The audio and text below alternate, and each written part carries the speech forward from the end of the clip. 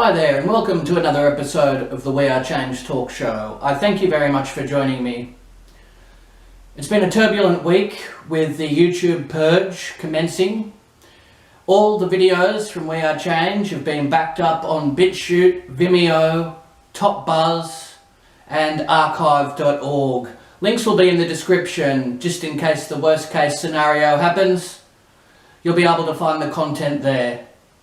But we have a very special guest for you today. Caroline Stevens is here to discuss the current situation over in the UK, Brexit, high levels of unemployment, poverty, and the corruption that plagues the place that she lives. So we'll cut to that interview now. Hi Caroline, thank you very much for appearing on the We Are Change talk show. How are you going today? Just removing the ice from the windscreen this morning, which is, I guess, something that you don't have to do much in Melbourne. Well, they say global warming is a real threat, but it's still very cold here. People have still got their heaters on. So, and about the rain over here, we're just days and days now of rain. And what's that about? That's a good question. So please explain to the viewers how you came into the public eye and what you've achieved so far with your campaign. Well, thanks for giving me this opportunity.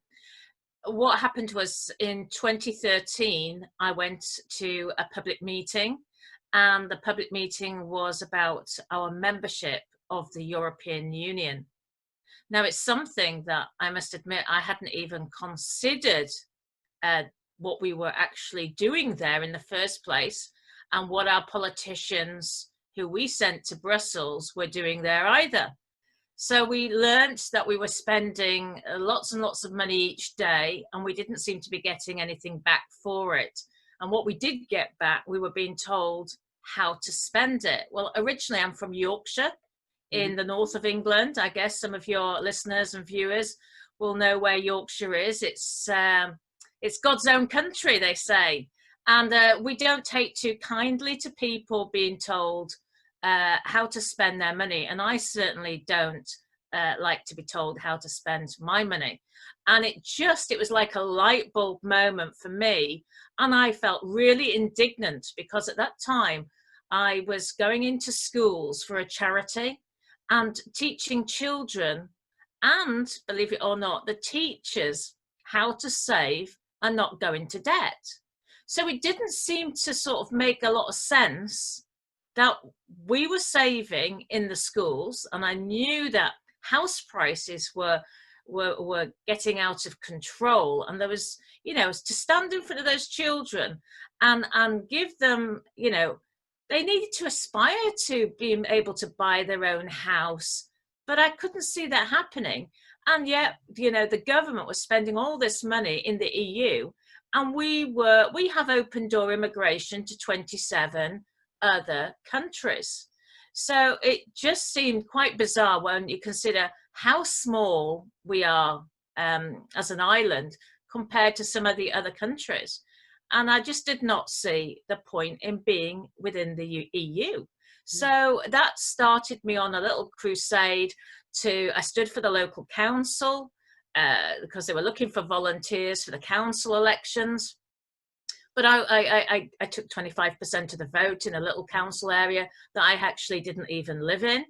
But I just got I was being given lots of information about what the EU was all about. And I thought, this is no good, just working in a council anyway, discussing pavements and bus stops and planning permission. I wanted to do something bigger. I wanted to get to the root of what I saw as our problems at that time, which was the EU. So I stood for Parliament in 2015. And that was a very sharp learning curve. Again, I stood for Parliament in an area that I didn't live in, which I guess my family were quite relieved at, because it's quite painful if you're coming into politics on the impact of your family. If your children are at school and, you're standing for a political party that is the outside runner, if you like, but I stood for the United Kingdom Independence Party. It seemed to me to be the only party that really meant that we wanted to leave the European Union. And it just meant, they had a good orator, the leader, Nigel Farage, so I thought. And after the general election, we were then offered the referendum by David Cameron. So he basically, I got the plum job, if you like, because I was really into networking and public speaking and training. I was given the job as campaign manager for one of the two Leave groups, which is called Leave EU. So for 11 months, I traveled around the country, training up the activists, how to tackle street stalls, how to conduct themselves, gave them lots more information about things like the European arrest warrant so they could engage the public. And I debated with existing MPs and to hear the lies. And I'm thinking, am I in, it spurred me on in a way that these people are telling so many lies. And of course, sometimes these debates were held in schools as well.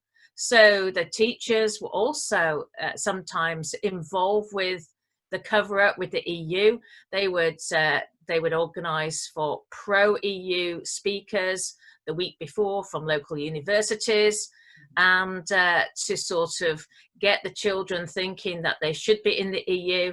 And then, of course, I was then debating perhaps one-on-one, one pro-Remain and me being the leaver.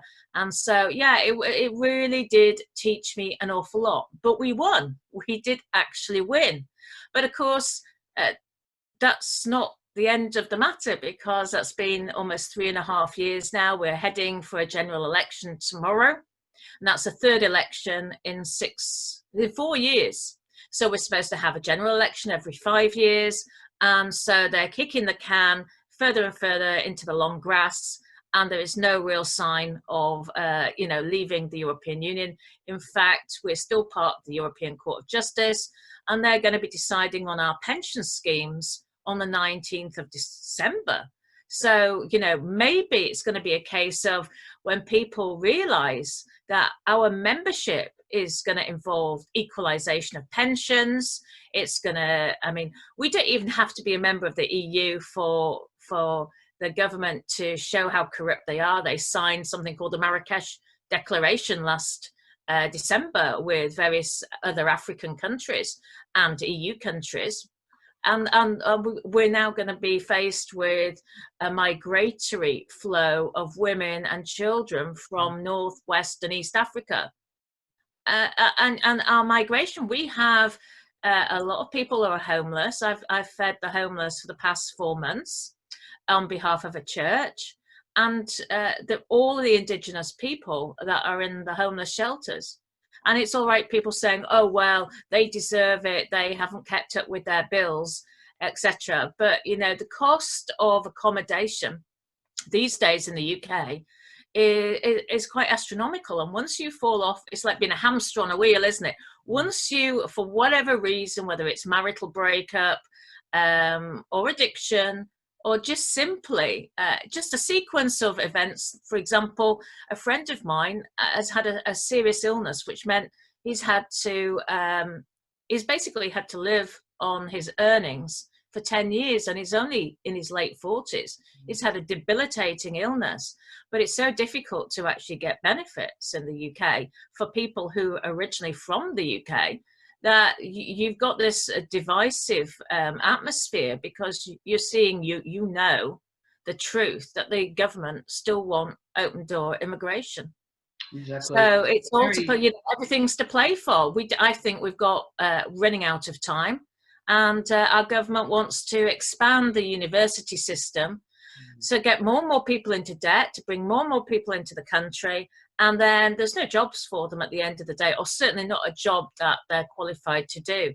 So there's nothing worse than people aspiring to something that they can never, ever achieve.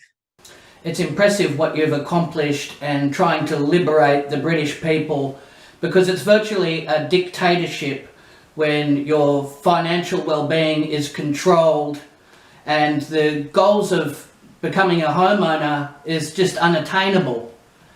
And It's horrendous what people are experiencing. The level of poverty is at an all-time high, and we need this corruption exposed and dealt with, don't we, Caroline? We do, and so, you know, I set up I basically met a guy who had worked for the TV companies. Met him at a conference 18 months ago, and he was looking for a new presenter. So I presented a lot of his shows. And then I decided in the middle of this year to set up my own YouTube channel, because the thing is, you know, you've got total control of your own, the people who you interview. You're not being told, I want you to interview this person, that person, because when you're in the truth movement, your credibility can take a huge nosedive just for getting the wrong one or two guests on your show. So you do need, you know, a lot of my interviews I did previously, I've never transferred them across, just simply because I have question marks over them. You know, it's like Satan doesn't reproduce a $19 bill. He reproduces a $20 bill. So it's fine for everybody else to follow, to get people, to get information from people. But I'm trying to home in now on exactly what we've got to do, what really is going on. You know, I mean, I've been listening to a lady this morning about child trafficking. And of course, this is a subject which I guess is at one of the root problems, one of the root, well, cover-ups really with the elites. And so it's all embedded in, you know, the banksters. I mean, I've done quite a lot of shows about the Epstein case, which I think was a case you wanted to talk about. Absolutely. The Queen and the royal family, they're nothing more than an evil gang who are said to be responsible for the death of Princess Diana, satanic ritual abuse, pedophilia, and the list goes on. It's true. And it's funny, I'll tell you, I'll give you an example on how people's perceptions have changed slightly. About 8 months ago, I put on my timeline a picture of that little naked boy, about 8 years of age, hanging outside on a rope.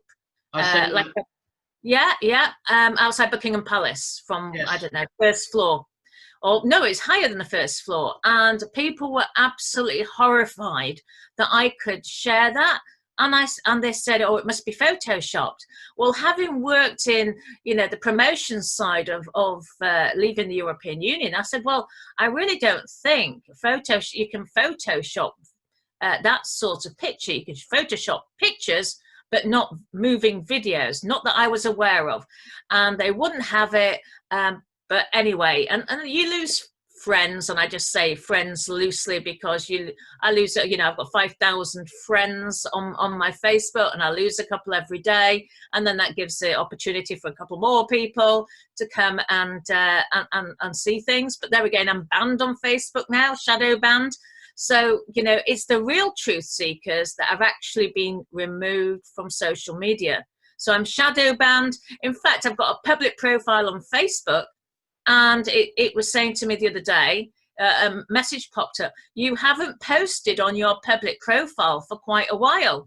I'm thinking, but I can't post because you've told me I'm not allowed to post. So, of course, you know, when you're in the public eye, I've got people coming along and thinking, why hasn't Caroline done anything on her public profile for the last 4 weeks or 8 weeks? And I'm banned now till March 2020. Really? Yeah. True. I'm shadow banned as well and receiving the same messages, but only till early January, March. That's very harsh, isn't it? Where you deserve to be rewarded for telling the truth, not punished. I mean, the thing is, who runs Facebook? You know, we're talking about all the same families, the families that are controlling the world, the families that we know about anyway, and that goes back to the royal family and the problems with Prince Andrew. Yes. And you know, it's interesting because obviously it has hit the headlines. I mean, it was in the headlines certainly in America in 2015, and everything gets hushed up. And of course, now with the Epstein case, you've got Prince Andrew. The Epstein case was obviously a blackmail situation to blackmail all the leaders of the world. and it seems that all of them are having dalliances with underage children. Absolutely. The story with Prince Andrew doesn't add up, stating that he spent time with Epstein purely to sever ties with a convicted sex offender. The interview that he gave was very incriminating, and proper investigations should be made.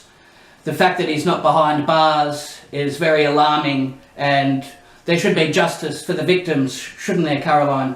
Be justice for the victims, and I was pressing for Andrew to return to the US before he did the car crash interview. And even then, when I was putting posts that Andrew go to the US, face the music, people were saying, oh, well, the girl was 17. I mean, this was women trying to justify.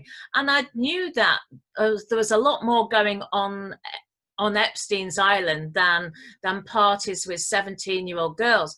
But it's a much bigger story, and this is what we need to expose, is the links between the paedophilia, the child trafficking, the sacrifices with the banking industry, because we've got the bank, one of the top banks in the UK is Barclays Bank. And the chief executive of Barclays Bank is a chap called James Staley, or Jess Staley, as he's affectionately called. Well, he visited Epstein. I'm trying to be careful what I say, because obviously we don't want to get sued. But he has visited Epstein, and then there's, of course, these denials of one side saying they don't really know, the other one is not a friend. But why would you visit a convicted paedophile?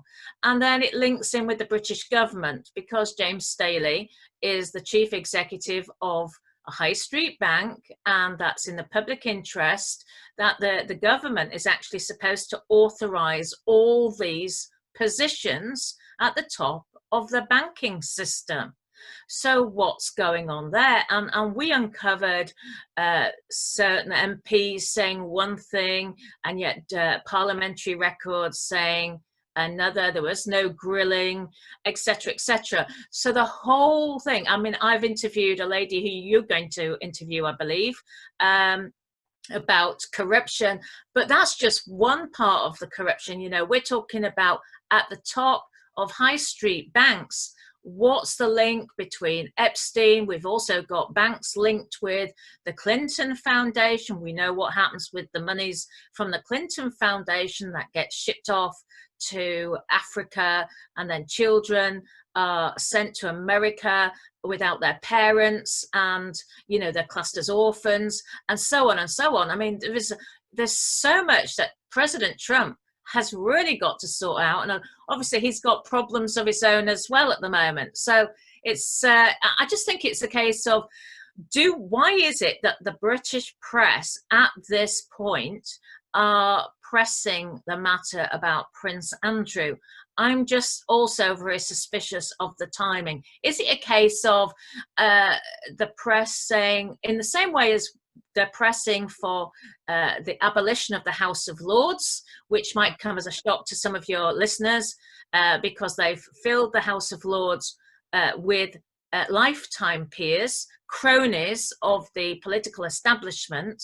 There used to be hereditary peers, but most of those were taken out in 1999, a very significant year, because it was just the year before, just coming up to the millennium. Yep. So we've had a real change in the format and the makeup of the House of Lords. They're not for the people. They're for the globalists in the main. And then, they're busy with their fingers in the pies of building immigrants' accommodation and so on. So we've got a rejig in Parliament, the pressing for removal of the House of Lords.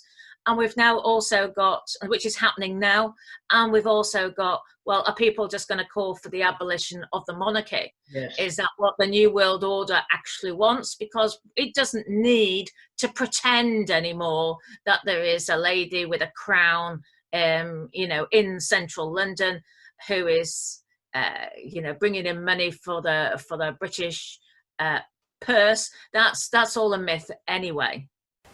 That's exactly right. And what we're used to seeing, the mainstream media focusing on royal engagements such as weddings and births, but they never delve into some of the atrocities that are being committed by the royal family. That's all covered up, isn't it? Yes, I mean, it came as a shock to some of my regular email recipients the other day. I said, well, the Queen has allegedly an international arrest warrant out on her life and has had so since 2015. And they were truly shocked. And I said, this is the truth. You know, no person, and people seem to, in my eyes anyway, and I believe in a creator, and I do believe, I don't believe in, public construct of religion, but I believe that nobody is above the law, even the Queen, and she should face the music for, she has been found guilty in a common law court in Belgium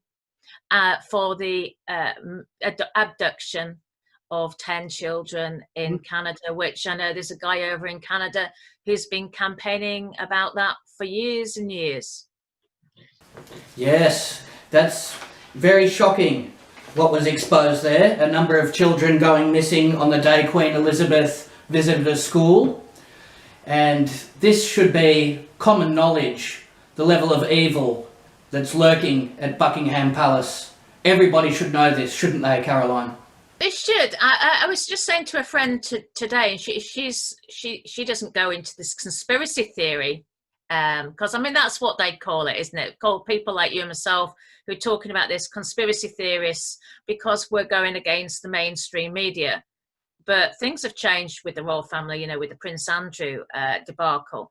But my friend was saying that, have you not noticed that when Prince Philip goes into hospital every so often, he looks 10 years younger when he comes out? You do have to wonder what they do to his blood, don't you, when he goes into hospital? It's believed they're on radical life extension systems where they get routine blood transfusions from a lot of young people and other forms of life extension programs that they're privileged to. And it seems those that are knighted by the Queen, they seem to be criminals and serial rapists. That's who gets knighted and gets the honourable title as Sir. It seems like... I think the MBE, sorry, I didn't mean to interrupt there, but I was just thinking of one person in particular. I think the MBE actually just means member of the British establishment. You have generally, maybe not all cases, you'll probably get a few people coming on and say, oh, this athlete or that athlete, but most people will have done some brown nosing, shall we say. Yes, it certainly seems that way. And some of the lies that are being told by this Prince Andrew, that he doesn't sweat and he doesn't go to parties, when there's so much information that directly conflicts with the statements that he made. They couldn't tell the truth if their life depended on it, could they? Are you familiar with the Committee of 300? I certainly am. So you've got people like Andrew, Charles, Princess Anne, the Queen, and Prince Philip, together with 295 other influential movers and shakers, including ex-prime ministers like David Cameron and Tony Blair. So you see, you've got David Cameron and Tony Blair. One was for the Labour side, one was for the Conservative side, but it just shows you they're actually all part of the same cabal. But they just play this political game, which, leads us back into what's going to happen tomorrow. There's people tearing each other apart on Facebook about how can you trust Corbyn? How can you trust Boris Johnson? I mean, somebody sent me an article about Corbyn and his friendships with IRA members. And I just said, well, how do you trust Boris Johnson? And then I listed another 10 things. Oh, she just couldn't handle it, because it's this mindset of, we'll get Brexit if we vote Tory. Well, no, the deal hasn't really radically changed from the deal that we were being presented with at the beginning of the year. And of course, people won't talk about something called the Lisbon Treaty, which is something that I tackled, albeit 10 years after it had gone into been put into place, but nobody was talking about the Lisbon Treaty. And this is a treaty which we signed in 2007, went through into action on the 1st of December 2009, and it basically turns us all into a super state. So we'll end up with the same taxation system, the same pensions, and more, poorer and poorer countries are joining the EU, or they will do. Yes, that's right. And, you've got British taxpayers, they're paying their salaries when behind closed doors they're committing these heinous crimes, and they're free from prosecution, and all leaders of Commonwealth state, they swear allegiance to the Queen, not to the people that elected them. So that right there is unethical, isn't it? Yes, well, in the House of Parliament, I don't know if it's the same in your Parliament, but they have a whip system. So they have a whip in the House of Lords with the peers and the barons, and they have a whip in the House of Commons, the elected representatives. So this whip has a filing cabinet with all your dirty secrets, because let's be honest, nobody is Mother Teresa. So everybody's got something. They might have been to a party, or they've had somebody plonked on their knee and a photograph taken, etc. So they've got this whip system. Yeah. So whichever party you're going to vote for, it's going to the Privy Council are actually the council that are in charge, not the Muppets or the puppets we see every day on our TV. The Privy Council, including the Queen. And who else is on the Privy Council? We've got some MPs on there, and we've also got the Archbishop of Canterbury, which is I've done a couple of shows about monologues about the Archbishop of Canterbury. Who is he? Because he's supposed to be, he and the Queen sort of preside, as I see it, over the Church of England, which includes the Church of Australia. And that's why it's so significant of, the significance. You are a very significant other part to the UK. You're one of our colonies. Yeah, exactly. Very interesting information, the Privy Council. I've discussed that with Wayne Glue. I implore the viewers to do some research on that. See, the royal family simply don't obey the laws of the land like they expect everyone else to. And, this really has to change. And they're exempt from... You think about Prince Charles having stern words with Prince Andrew, but, pots and kettles, they all have secrets. What happened to Diana? Who knew in the royal family?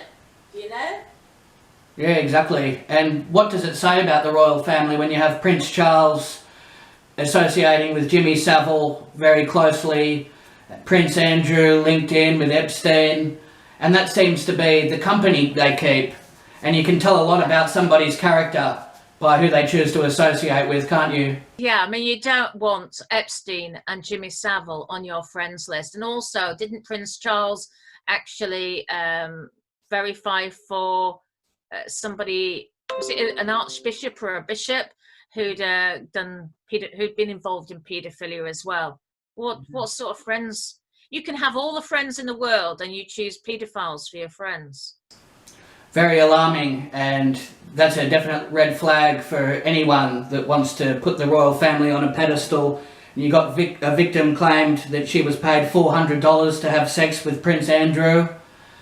I mean, this is not honourable behaviour that you would expect from a royal family. None whatsoever. I think it's also questionable why people like his ex-wife, and Ghislaine Maxwell, are actually wanting to stand up for him and support him, given his alleged misdemeanors, of which they know the truth. And they, why would you ever stand up? Let him fight his own battles, but what's Fergie's part in all of this? That's a very good question. It seems like it's a massive child trafficking ring that they're fully immersed in. It certainly appears that way, doesn't it? It certainly does. It certainly has to, we have questions to ask and we would like them answered. Yeah, absolutely. And when you look at the Council of 13 bloodlines, they're all inbred through their lineage. That's very unusual, isn't it?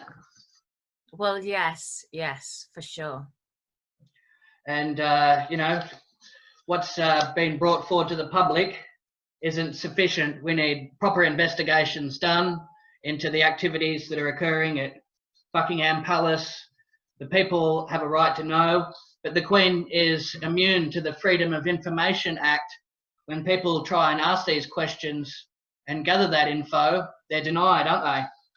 Well, it's interesting you mentioned about the Freedom of Information Act, because that was introduced by one of the Committee of 300, being Tony Blair. And he said it at the time, it was the worst thing he'd ever introduced. And I've interviewed a chap he's actually now named as the vexatious King of England and Scotland for the numbers of Freedom of Information requests that he's put through.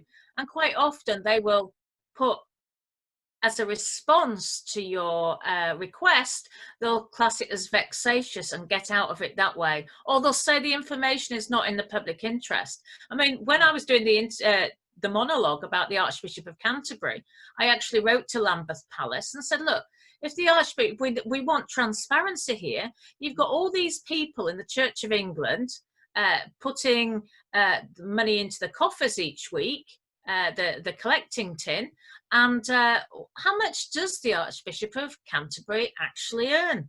Strangely, I've had no response. I sent them a reminder, but still no response. But there are no details of what he earns on the website.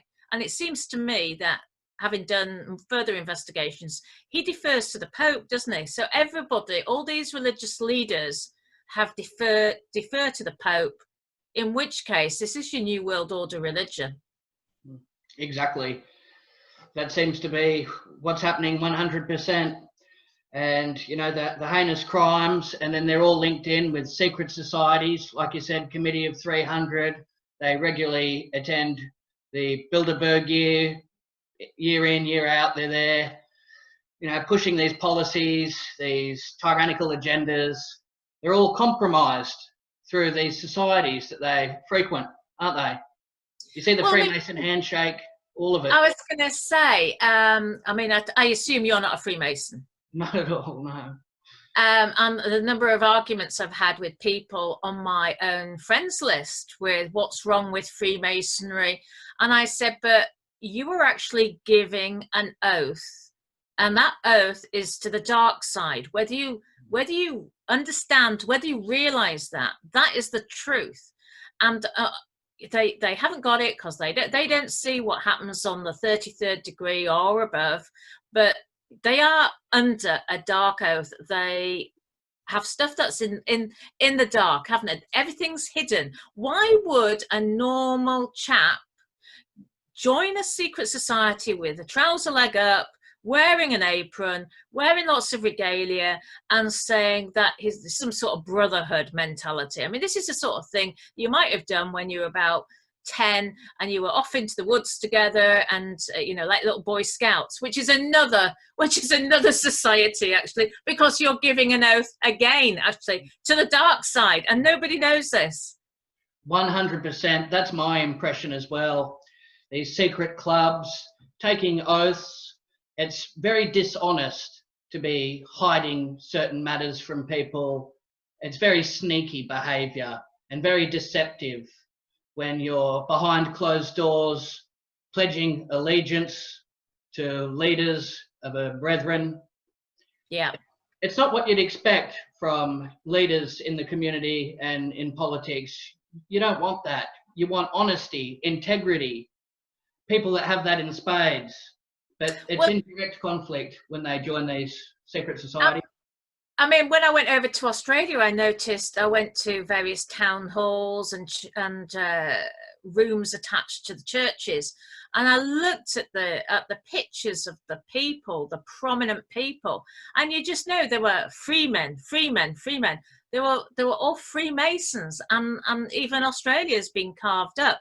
The you know you In fact, things are not so hidden in Australia. You've got beautiful house in Perth, and you can see it's got Freemason architecture, and it's the biggest house, the brightest house on the top of a hill, looking down on everybody else. You've got buildings in the centre of your town in Perth with the Freemasonry.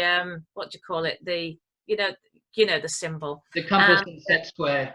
That's right. And on the side of the building, in a very prominent position, you can't miss that symbology. And people just don't understand the importance of symbology. The general election tomorrow is being held on the 12th of the 12th, 2019. So that actually, in numerology, it's 12, 12, 12. You add the 2019, which is 333. And apparently there's going to be a full moon on something like the 12 minutes past 12. So you couldn't make it up. Everything has a significance.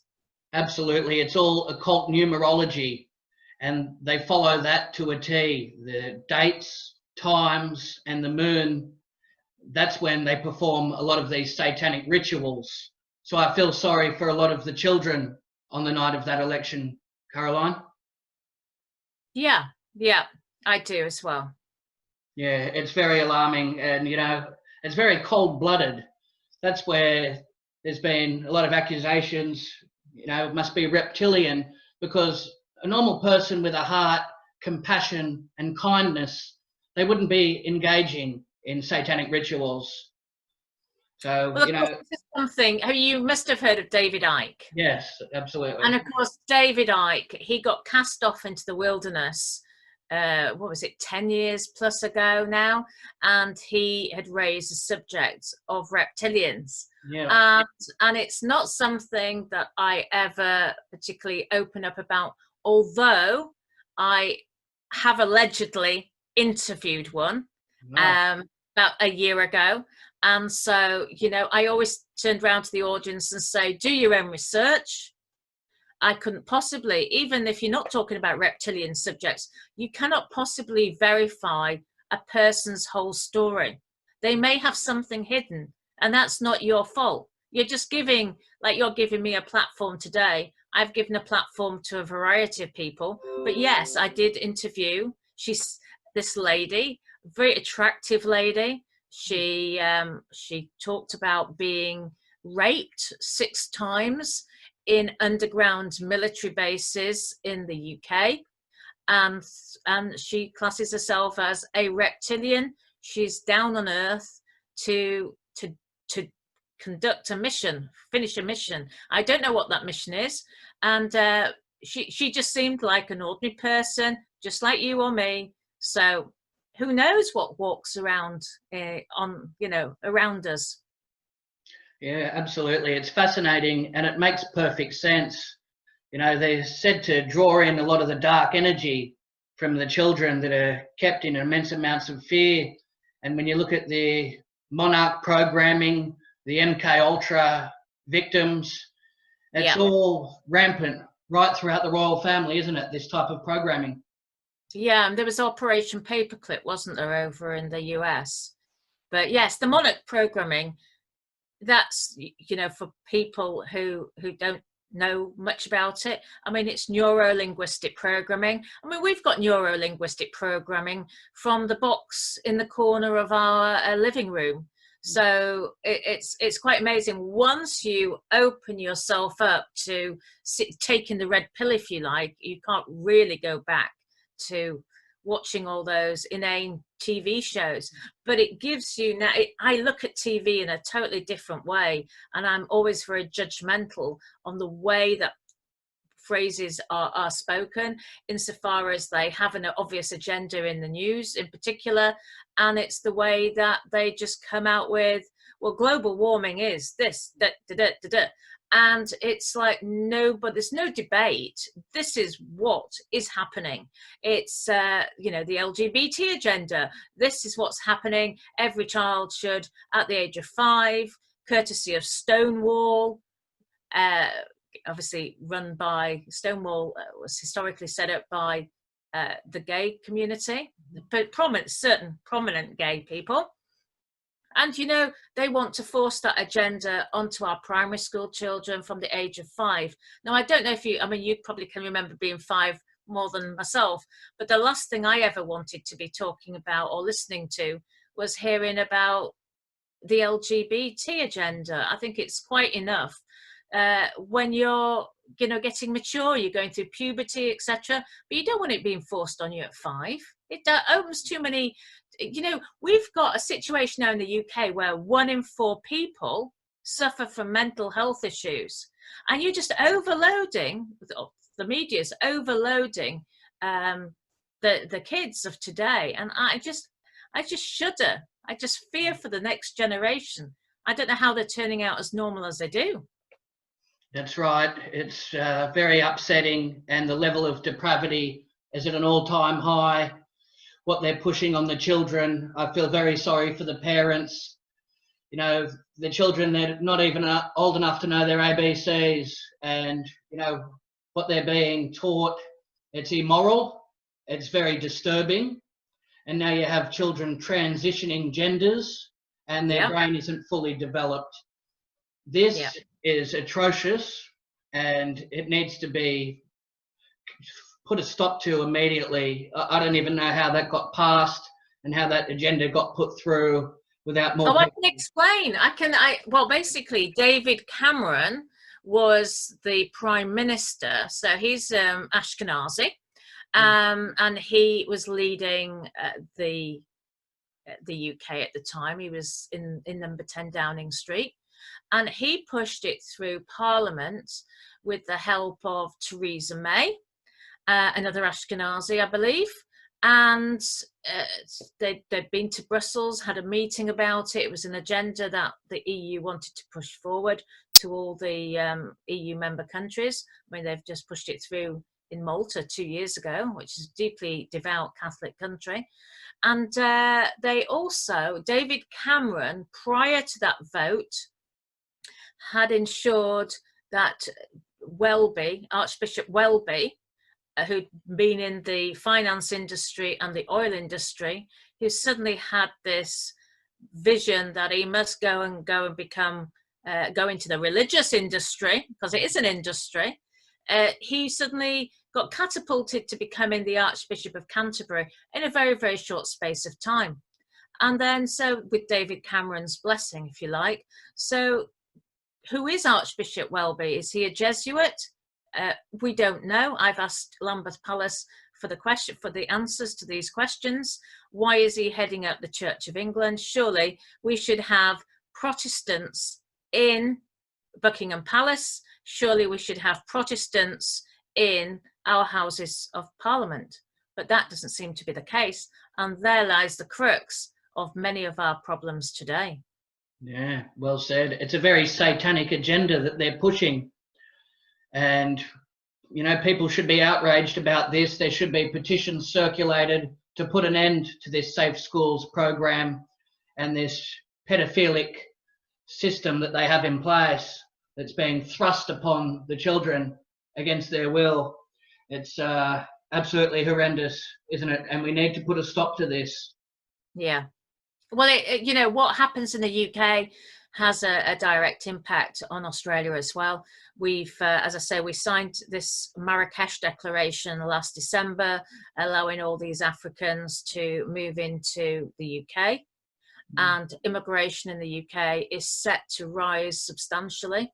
There's a few reports out now about that. And, you know, even Priti Patel, that they'll say on the one hand that we're going to control immigration, but, you know, Priti Patel has opened the doors up allegedly to, well, going to relax the rules for 250,000 Hong Kong residents to come and live in the country.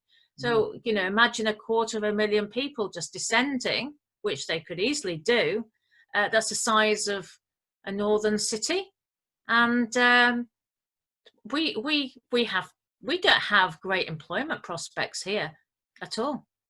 Yeah. See, the high levels of unemployment, the rates of poverty and homelessness, all this could be rectified instantly with the Queen's enormous wealth that's been accumulated, and by the royal family and, of course, the British taxpayers. All these problems could be pretty much a thing of the past, as well as the poverty being experienced in third world countries as well. That's a clear indication that the royal family isn't for the people. It's very much self-serving.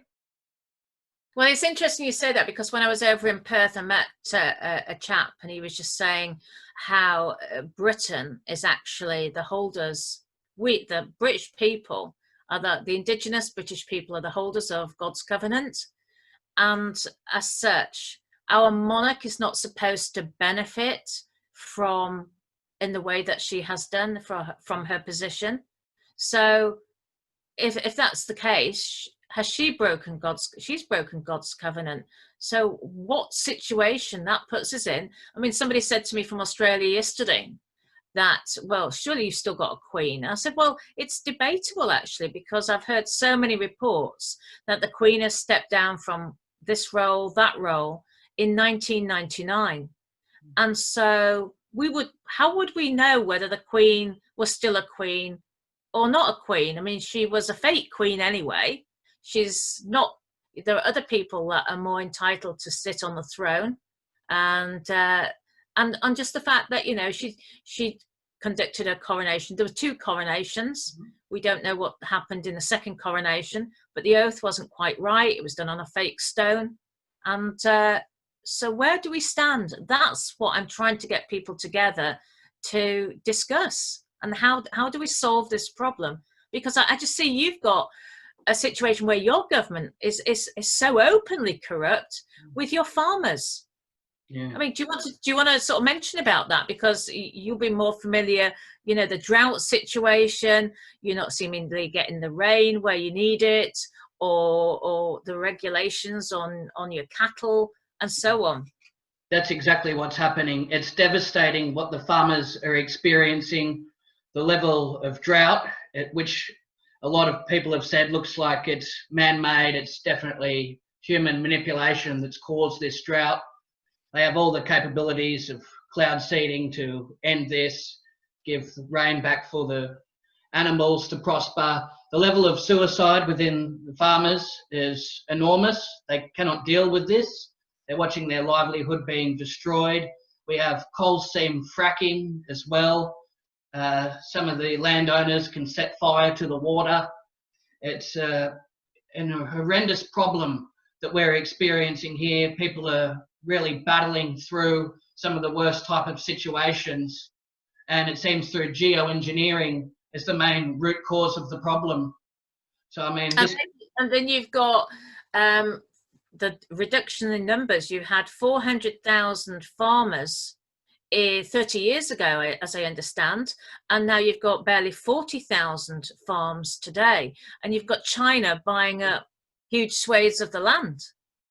Absolutely. The big Chicoms are buying up all the land as well as the assets as well. So everything's being sold out from underneath the Australian public, and every day we're losing more and more of our rights and liberties. That's why we need more people speaking out about this and facing these tyrants and the system that we're under. This regime, it's really deplorable, the dictatorship that's being forced among the people. It's really outrageous. And with the censorship, it makes it harder to get the word out there about this problem. Well, exactly. Gosh, we're so similar, the Australians and the British. As I say, we're brothers and sisters. The indigenous British people, they don't like to complain that much. They don't want to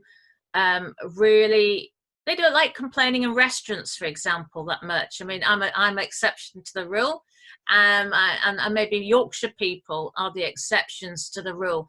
But there are a lot of people who, I live now in the south of the country, and the people down here, they're quite different and not so direct as Yorkshire people. And, I mean, you had William Wilberforce. He came from Yorkshire. He liberated the slaves. And to me, we are enslaved, not just within the EU, but we're enslaved with the New World Order, and our government is, we had Liam Fox. He used to be a trade minister, and he was classed as being for leaving the European Union. And he wrote an article in the Times last weekend, and basically he's also a disgraced minister, as many of the ministers are. They become disgraced for indiscretions of something or other, but then they go out into the wilderness. They're still getting paid. They'll go out into the wilderness for a couple of years, and then they'll come back in again. It's like if you were doing that, if you were conducting activities in the way that working for an organization, and you did what they did, you would have been sacked. You'd have gone through disciplinary, you'd have gone through your 4 rounds of disciplinary, and then they would have said, look, we'll just buy you off, just give you a few thousand, go now, clear everything up, put it in a cardboard box, and you'd be out the door. But that doesn't happen, you see, with the parliaments. It doesn't happen with these global elites. They're all in it together. Exactly. It's a modern form of slavery that people are almost signing up for. It was said, Edward Bernays, speaking on propaganda, to have the royal family associating with celebrities, it makes it all seem more acceptable. And when you see some of the programs that they put on television, the Royals, Kate and Wills, people watch this on their television sets, and they just feel like the Royals are a part of the family, when these are the exact family that's working against them.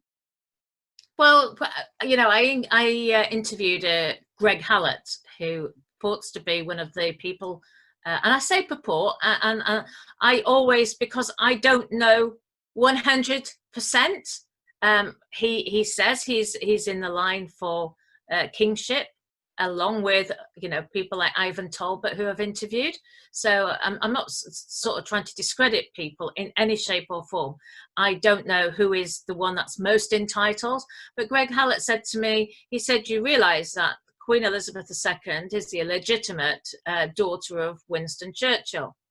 So if you think of it that way, so she's a Rothschild, he's a Rothschild, they're all part of the same. This is what's the problem, the banksters, the globalists.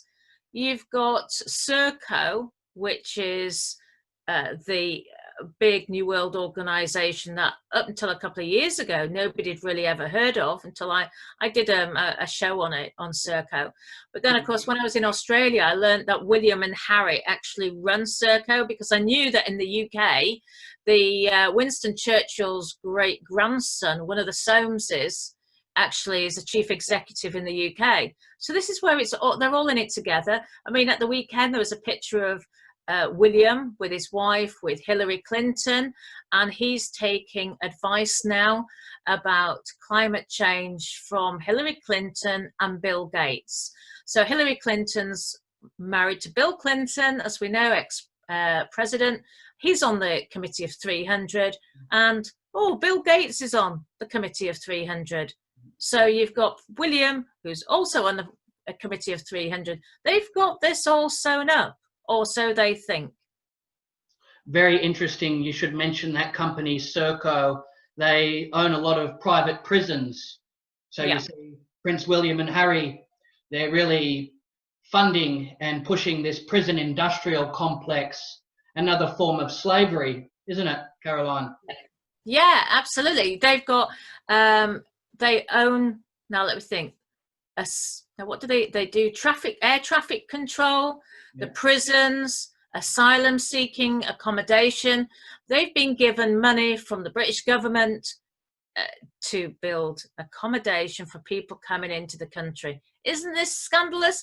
And there's me feeding the indigenous population. We've got 1 in 5 children growing up in poverty in the UK, and we think we're a generous nation. We should use the taxpayers' money to give it to our friends, our elitist friends, to propagate this myth. They're in charge of the whole media.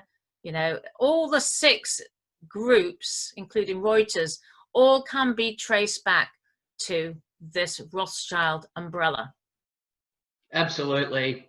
It's the tyrannical system, Rothschilds, Rockefellers. It all goes into that 13 bloodlines, pulling the strings of mankind. They control media, the banking sectors.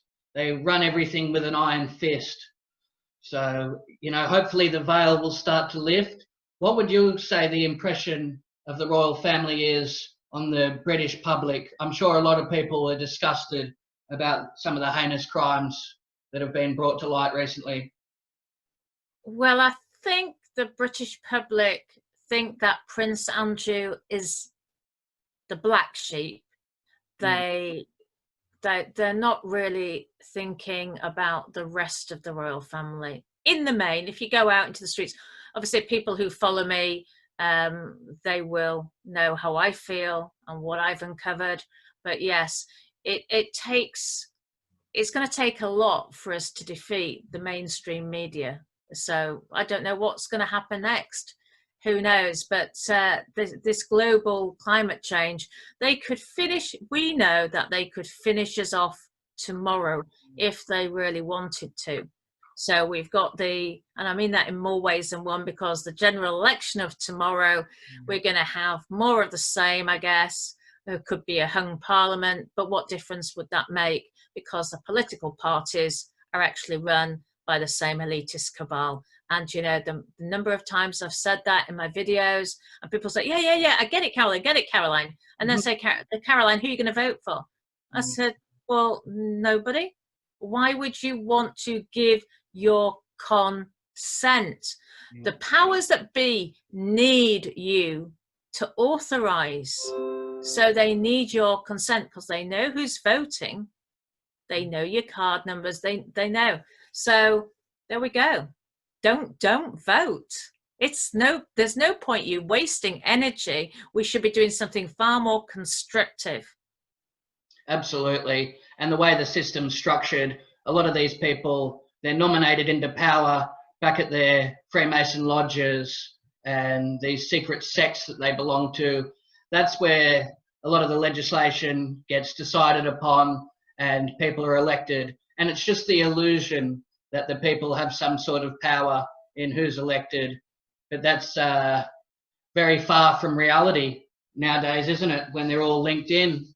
Well, yeah, I mean, I was talking to a guy and he said he'd been in the EU buildings a few years ago, and he was introduced to a guy called Henry Bolton. Yeah. And he said he was introduced to Henry Bolton as a future leader of UKIP. And Henry Bolton became a future leader of UKIP, albeit for a short space of time, because Henry Bolton actually worked in the EU at some point.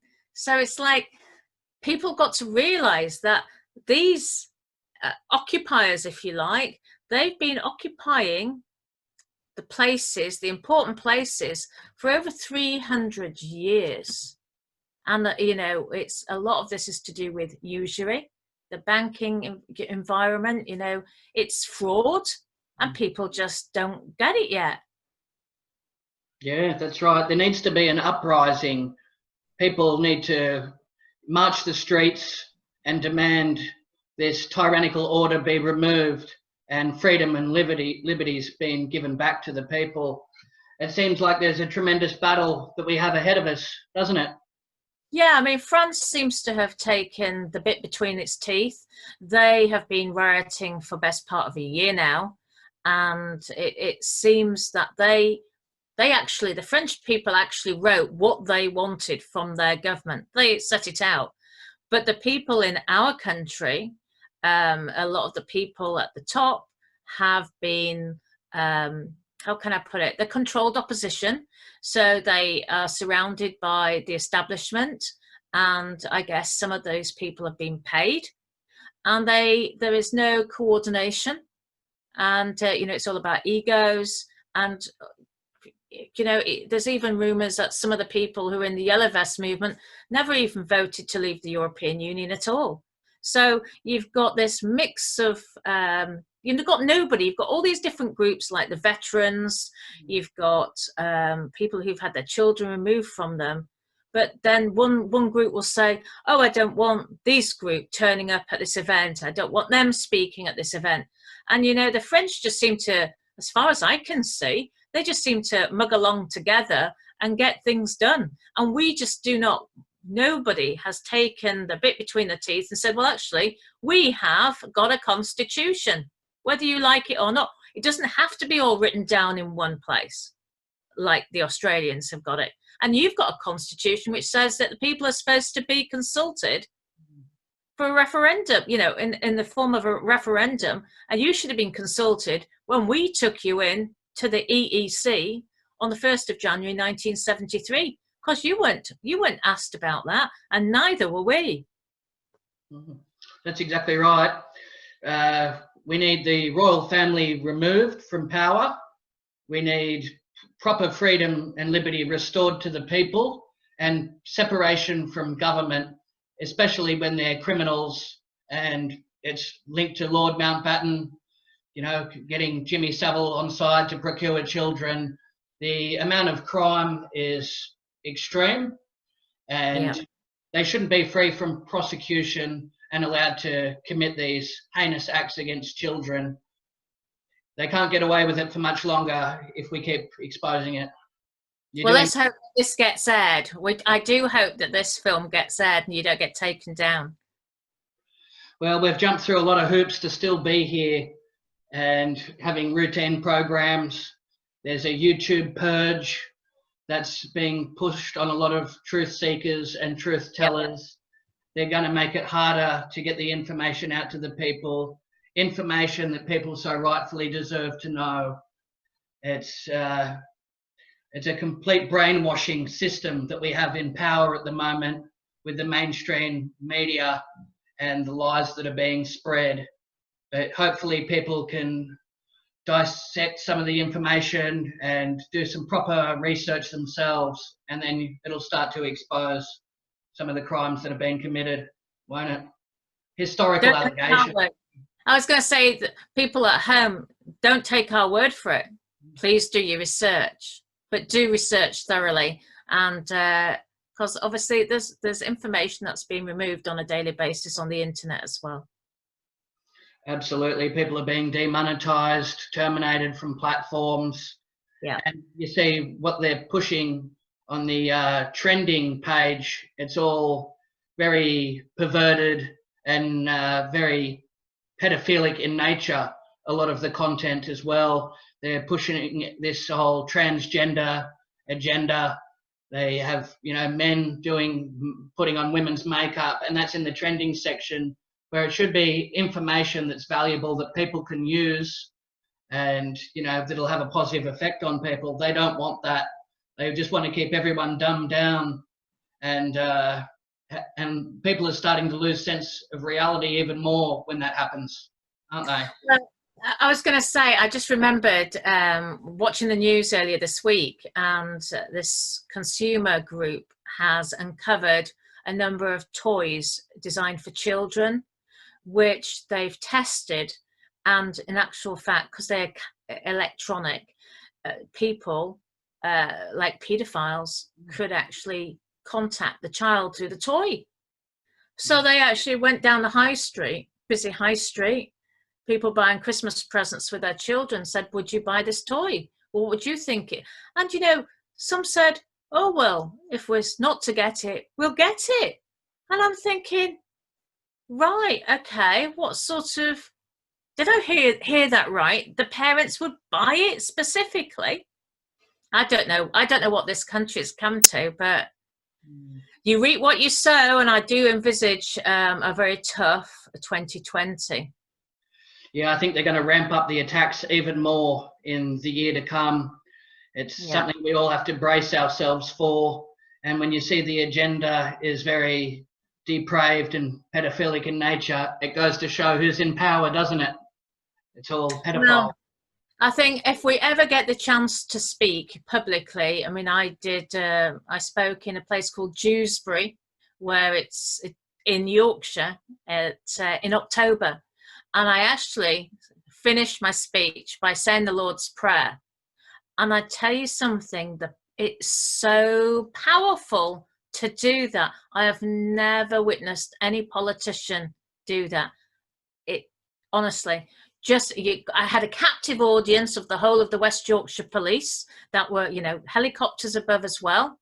And just make the use of any audience you can have, because, it's very powerful, the words you speak.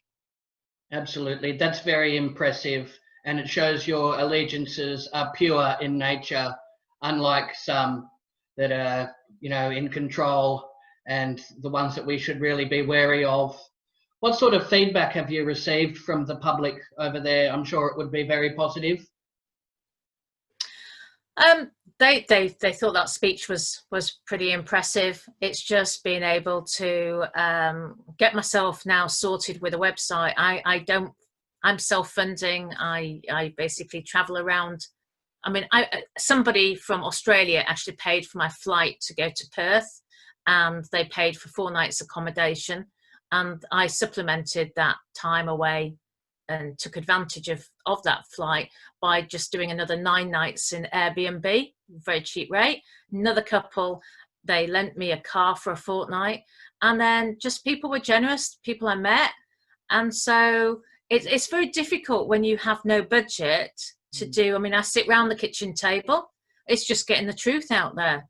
So I do this in between the household chores. It's very marvelous what you've been managed to achieve, and I really hope that you have continued success. Sometimes you have to operate on a shoestring budget, even if it means getting the truth and information out there to the people, doesn't it? You have to make sacrifices. Yeah. Yes, that's for sure. But thank you for having me on your show. I'm very grateful that you appeared. What plans do you have for the year to come? What have you got set in motion? They're talking about, I met 2 guys who've got a foundation. We're talking about flying me back to Australia. You seem to, with your farmers. So we'll see. Don't want to give the game away for the dark side. That could be a very wise strategy. Well, look, once again, I'm very grateful to have you on the program. Is there any closing statements that you'd like to have for the viewers? I'd just like, if people get the time, to have a look at Caroline Stevens Seeking the Truth. And I've also got a secondary channel called Caroline Stevens Chit Chat. If you can subscribe, it just, I'm getting up to almost 2,000 subscribers now. It's hard work because people just like to watch videos on Facebook. But since I can't do Facebook anymore, I really need people to look on YouTube now. So my Lisbon Treaty video on Facebook at the beginning of this year got almost 470,000 hits. Wow. Yeah, so getting on towards 500,000. Now, if I'd have got £1 for every view, but that was for the public, and that was the Lisbon Treaty video going viral. It's, the authorities are never going to let such an important video like that ever go viral again, I'm sure. Well, I applaud your bravery and commitment. It's tremendous what you've been able to achieve, and I wish you the very best in the future, and Merry Christmas as well. Merry Christmas to you. I forgot about that. It's Christmas time. Thank you for having me on the show, and hopefully you'll have me on sometime next year. Well, that concludes another broadcast. It's been a pleasure having your company. Remember, links will be in the description to Top Buzz and BitChute. You'll be able to find me there, and I wish everybody a Merry Christmas and a Happy New Year if I don't see you again. Thank you very much, and I wish you all the best. You'll find me again on the We Are Change talk show, where we expose corruption 1 episode at a time. You better believe it.